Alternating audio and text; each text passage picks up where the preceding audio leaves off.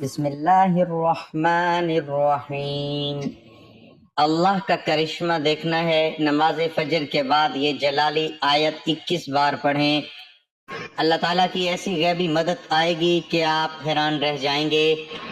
ناظرین محترم، فجر کا وقت وہ مقدس گھڑی ہے جب دنیا خاموش ہوتی ہے، دلوں پر سکون چھایا ہوتا ہے اور رب ذوالجلال کی رحمتیں زمین پر نازل ہو رہی ہوتی ہیں۔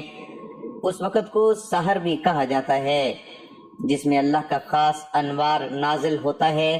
یہی وہ لمحہ ہے جب اہل ایمان اپنی پیشانیوں کو سجدے میں رکھ کر رب سے راز و نیاز کرتے ہیں اور وہ دعائیں بے پردہ عرش تک پہنچتی ہیں۔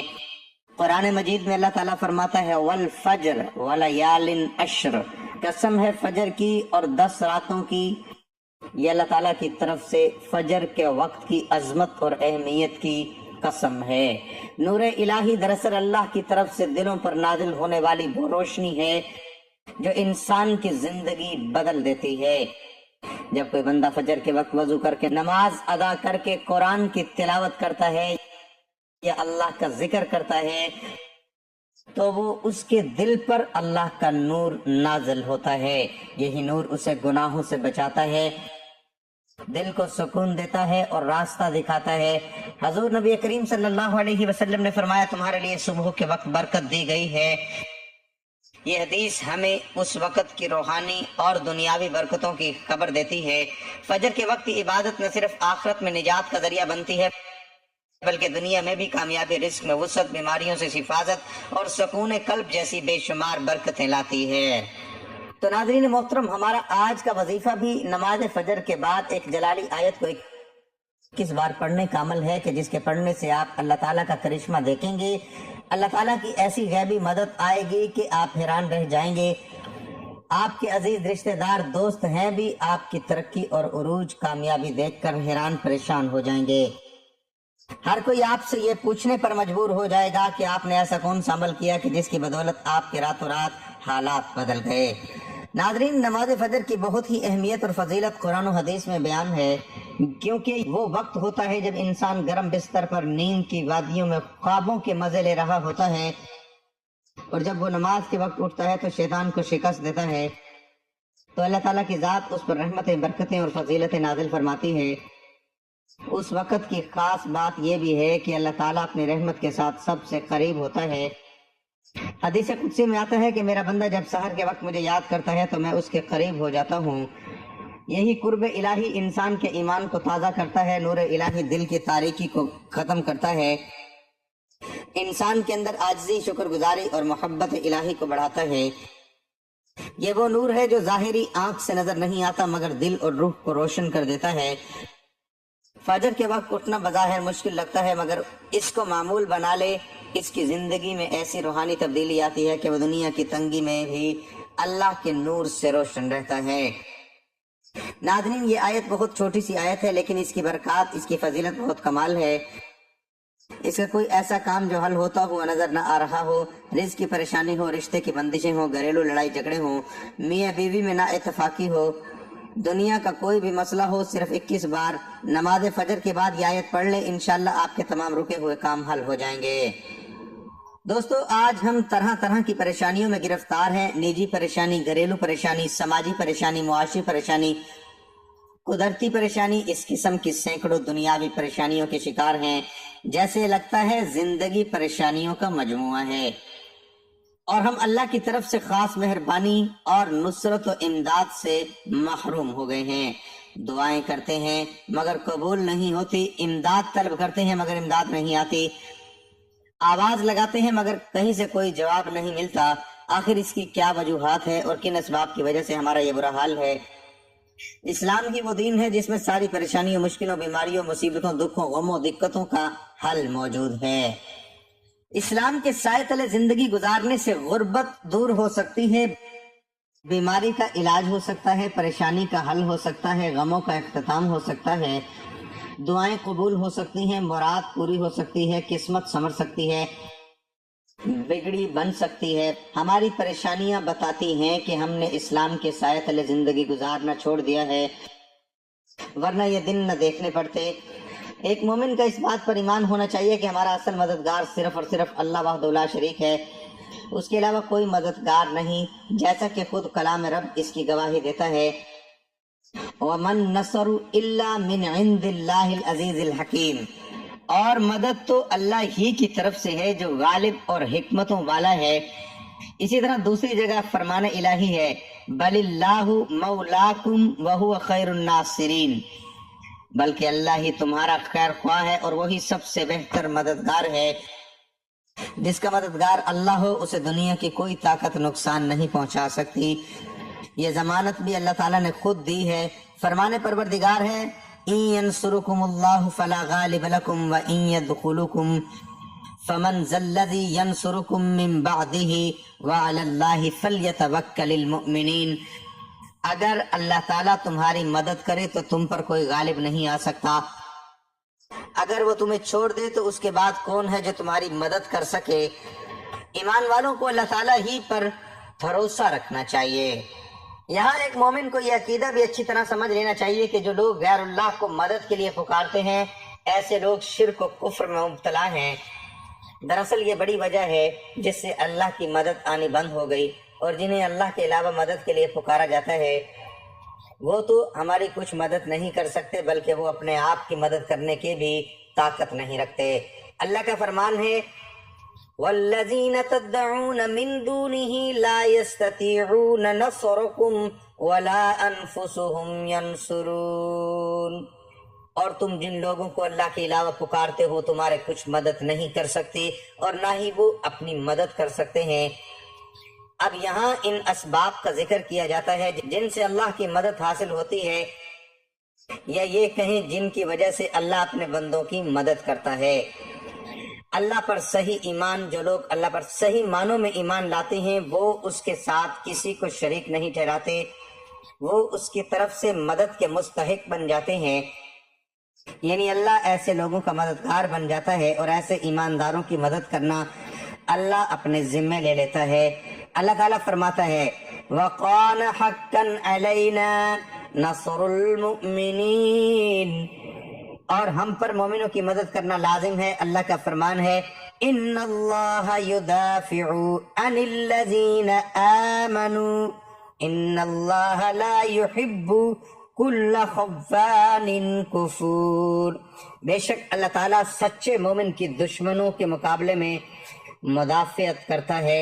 کوئی خیانت کرنے والا ناشکرہ اللہ تعالیٰ کو ہرگز پسند نہیں۔ اللہ تعالیٰ کا فرمان ہے، یقیناً ہم اپنے رسولوں کی اور ایمان والوں کی مدد دنیاوی زندگی میں بھی کریں گے، اور اس دن بھی جب گواہی دینے والے کھڑے ہوں گے۔ آج ایمان کے دعوے داروں کی بہتات ہے، مگر اکثر لوگ شرک کے دلدل میں پھنسے ہیں، رب پر صحیح سے ایمان نہیں لاتے یا ایمان لا کر شرک و بدعت کا راستہ اختیار کیے ہوئے ہیں، جس کی وجہ سے نصرت الہی بند ہو گئی۔ رب العزت کا فرمان ہے، ترجمہ، ان میں سے اکثر لوگ باوجود اللہ پر ایمان رکھنے کے بھی مشرک ہی ہیں۔ عمل میں اخلاص، ہماری جدوجہد اور عمل میں اخلاص و الہیت ہو تو نصرت الہی کا حصول ہوگا۔ نبی صلی اللہ علیہ وسلم کا فرمان ہے، بے شک اللہ اس امت کی مدد کرتا ہے کمزور لوگوں کی وجہ سے، ان کی دعاؤں، ان کی عبادت اور ان کے اخلاص کی وجہ سے۔ اس حدیث میں نصرت الہی کے 3 اسباب بیان کیے گئے ہیں۔ دعا، نماز اخلاص ہمارے عملوں میں اخلاص کا فقدان ہے جو اللہ کی ناراضگی اور اس کی نصرت سے محرومی کا سبب بنا ہوا ہے۔ اولا عملوں میں کوتاہی، اس پر مستضاد اخلاص کی کمی یا فقدان، شہرت، ریا، دنیا طلبی سے ہمارے عملوں کو اکارت کر دیا اور ساتھ ساتھ نصرت الہی سے محروم بھی ہو گئے۔ دعا مومن کا اختیار ہے جو ہمیشہ اپنے ساتھ رکھتا ہے، سفر میں ہو یا حضر میں، حالت جنگ میں ہو یا حالت امن، مصائب و مشکلات ہو یا خوشحالی، ہر موقع پر مومن دعا کے ذریعے رب کی رضامندی اور مدد طلب کرتا ہے۔ سیرت النبوی صلی اللہ علیہ وسلم سے اس کی ایک مثال دیکھیں۔ بدر کا میدان ہے، ایک طرف نہتے 313 مسلمان، دوسری طرف ہتھیاروں سے لیس 1000 کا لشکر کفر۔ آپ صلی اللہ علیہ وسلم نے بڑی جماعت کے مقابلے میں اپنی چھوٹی جماعت کو دیکھا تو اللہ تعالیٰ سے نصرت کی دعا کی۔ مسلم شریف کے الفاظ ہیں، ترجمہ، اے اللہ مسلمانوں کی یہ جماعت اگر ہلاک ہو گئی تو روئے زمین پر کوئی تیری عبادت کرنے والا نہ ہوگا۔ رب نے دعا قبول کر لی اور قرآن کی آیت نازل کر کے نصرت کی بشارت سنائی۔ اس وقت کو یاد کرو جب کہ تم اپنے رب سے فریاد کر رہے تھے، پھر اللہ تعالیٰ نے تمہاری سن لی کہ میں تم کو 1000 فرشتوں سے مدد دوں گا جو لگاتار چلے آئیں گے۔ آج ہماری دعاؤں کی عدم قبولیت میں 3 عوامل کا زیادہ دخل ہے: اخلاص کا فقدان، بد عملی اور حرام معاشیت۔ ان 3 منفی عوامل کو دور کر دیا جائے تو دعائیں بلا شبہ قبول ہوں گی۔ مسلمان کا ایک طبقہ غیر اللہ سے امداد طلب کرتا ہے جو سراسر شرک ہے۔ اس حال میں مرنا موجب جہنم ہے۔ دعا عبادت ہے اور عبادت صرف اللہ کے لیے ہے۔ آج مسلمانوں کے ایک مخصوص طبقہ نے، جن کی اکثریت مشرکوں کی طرح غیر اللہ کی پکار لگا کے دنیا سے امن و امان اور نصرت الہی کو روک رکھا ہے، ایسے گمراہ مسلمانوں کی اصلاح قلیل سچے مومن کے سر ہے۔ نماز رب کی خالص عبادت مومن کی زندگی اور مقصد حیات ہے۔ اس دعوت کو لے کر تمام انبیاء آئے۔ نبی صلی اللہ علیہ وسلم نے مکی دور میں جو 13 سال پر محیط پر اسی دعوت پر کڑی محنت کی۔ نماز مومن سے کسی بھی حال میں معاف نہیں۔ میدان جنگ میں جہاں ایک لمحہ دوسری جانب اتفاق کا موقع نہیں، نماز کے وقت میں نماز قائم کرنا یعنی وقت نماز کو بھی مؤخر نہیں کر سکتے، اور کیوں نہ کر معاف ہو، یہ تو مقصد حیات ہے۔ نبی صلی اللہ علیہ وسلم فرائض کے علاوہ سنن کی ادائیگی اس قدر کرتے کہ پاؤں میں ورم آ جاتا۔ آپ صلی اللہ علیہ وسلم ہر پریشان کن معاملے میں نماز کا سہارا لیتے۔ اس لیے ہم دیکھتے ہیں کہ مصائب کے مواقع پر نماز کا حکم ہے، بارش کی نماز، سورج اور چاند گرہن کی نماز اور زلزلے کی نماز وغیرہ۔ لہٰذا ہم نماز کے ذریعے رب سے استغاثہ کریں۔ اللہ کا حکم ہے وَاسْتَعِينُوا بِالصَّبْرِ وَالصَّلَاةِ وَإِنَّهَا لَكَبِيرَةٌ إِلَّا عَلَى الْخَاشِعِينَ، اور صبر اور نماز کے ساتھ مدد طلب کرو، یہ چیز شاق ہے مگر ڈرنے والوں پر۔ صبر، مصائب پر صبر کرنے سے بھی اللہ کی مدد آتی ہے۔ جو مومن صبر کے ساتھ رب کو پکارتا ہے اور اسی سے امداد طلب کرتا ہے، اسے اللہ تعالیٰ ہر بلا سے نجات دیتا ہے، بلکہ ایسے لوگوں کے ساتھ ہمیشہ اللہ لگا رہتا ہے۔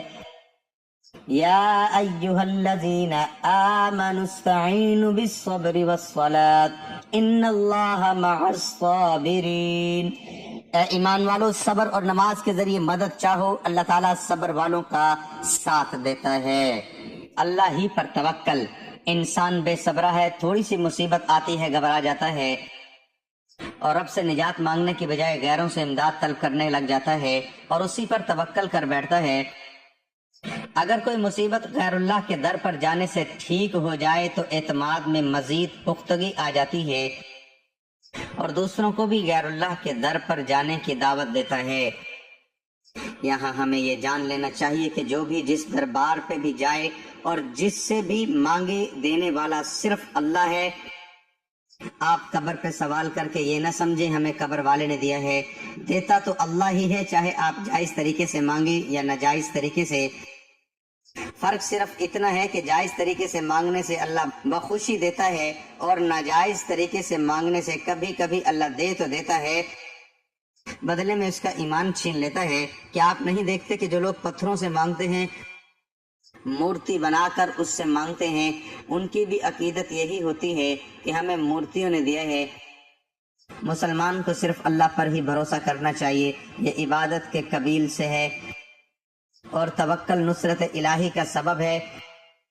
اگر اللہ تعالیٰ تمہاری مدد کرے تو تم پر کوئی غالب نہیں آ سکتا، اگر وہ تمہیں چھوڑ دے تو اس کے بعد کون ہے جو تمہاری مدد کرے؟ ایمان والوں کو اللہ تعالیٰ ہی پر بھروسہ رکھنا چاہیے۔ اسی طرح ایک دوسری جگہ رب کا فرمان ہے، ترجمہ: پھر جب آپ کا پختہ ارادہ ہو جائے تو اللہ تعالیٰ پر بھروسہ کریں، بے شک اللہ تعالیٰ توکل کرنے والوں سے محبت کرتا ہے۔ یہ چند مثبت عوامل تھے جن سے انفرادی اور اجتماعی دونوں طرح کی زندگی میں اللہ کی نصرت تائید ہوتی ہے۔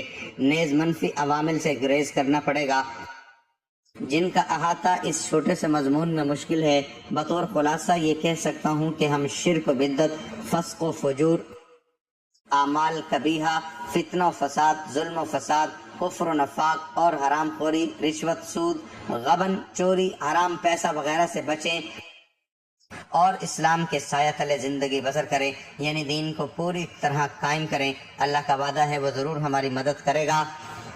اے ایمان والو، اگر تم اللہ کے دین کی مدد کرو گے تو وہ تمہاری مدد کرے گا اور تمہیں ثابت قدم رکھے گا۔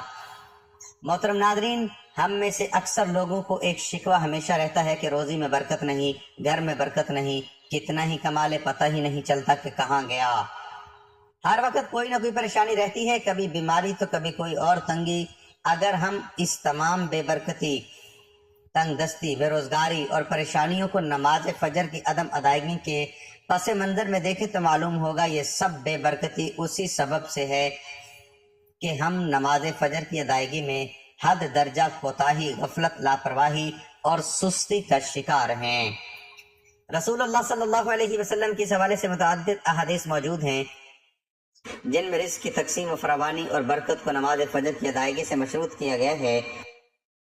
ایک فرمان نبی صلی اللہ علیہ وسلم کا مفہوم ہے کہ رزق تقسیم کرنے والا فرشتہ ہر صبح فجر کے وقت بندوں کا رزق لے کر زمین پر اترتا ہے، لہذا جو دروازہ فجر کے وقت کھلا ہوتا ہے فرشتہ اس کا رزق دروازے پر رکھ کر چلا جاتا ہے، اور جو دروازہ فجر کے وقت بند ہوتا ہے فرشتہ اس کا رزق واپس لے کر چلا جاتا ہے۔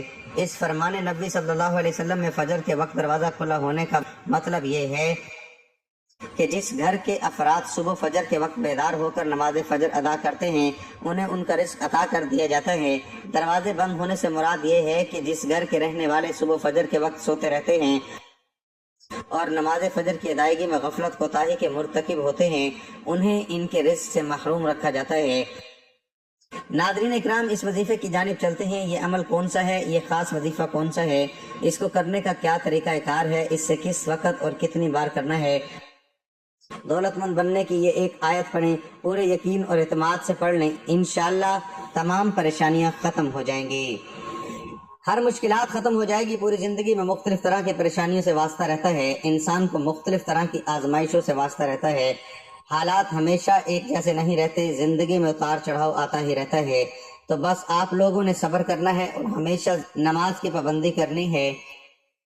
قرآن پاک میں بھی ہے کہ اللہ صبر کرنے والوں کے ساتھ ہے، جتنا آپ صبر کرو گے اللہ پاک آپ کو اتنا زیادہ اور بہتر اجر عطا کرے گا۔ ہر مشکل کے ساتھ آسانی بھی چھپی ہوتی ہے۔ کئی لوگ ایسے ہیں جن کو دنیا میں ہر طرح کی ٹھوکریں لگتی ہیں، ان کو غربت کا بھی سامنا کرنا پڑتا ہے، مشکلات بھی آتی ہیں، یہاں تک کہ کچھ تو بھکاری اور فقیر بھی بن جاتے ہیں، لیکن پھر جب اللہ پاک ان پر اپنا فضل و کرم نازل کرتا ہے تو وہ صرف اور صرف اللہ تعالیٰ سے مانگتے ہیں تو اللہ پاک ان کو عطا فرماتا ہے کہ ان کے پاس کسی بھی چیز کی کمی نہیں رہتی۔ میرا اللہ پاک سے دعا ہے کہ اے میرے پاک اللہ، میرے غفور الرحیم، دنیا جہاں کے سارے خزانے آپ ہی کے پاس ہیں، آپ کے خزانوں میں تو کسی چیز کی کوئی کمی نہیں ہے۔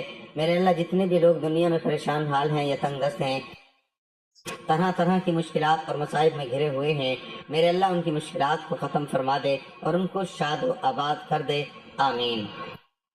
محترم ناظرین اکرام، نماز فجر کا خاص عمل میں آپ کو بتانے لگا ہوں۔ یہ قرآن پاک کی چھوٹی سی جلالی آیت ہے، اور فجر کے بعد جب کوئی میرا بھائی یا میری بہن اس آیت کو 21 مرتبہ پڑھ لے گا تو وہ اللہ تعالیٰ کا کرشمہ اپنی آنکھوں سے خود دیکھے گا، اس کو اتنا نوازا جائے گا کہ وہ خود حیران ہو جائے گا۔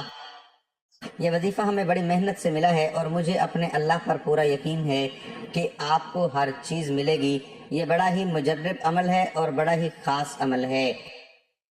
اللہ والو، یہ وظیفہ آپ نے اس طرح کرنا ہے کہ جب آپ فجر کی نماز ادا کر لیں اس کے بعد اسی جگہ پر بیٹھے رہنا۔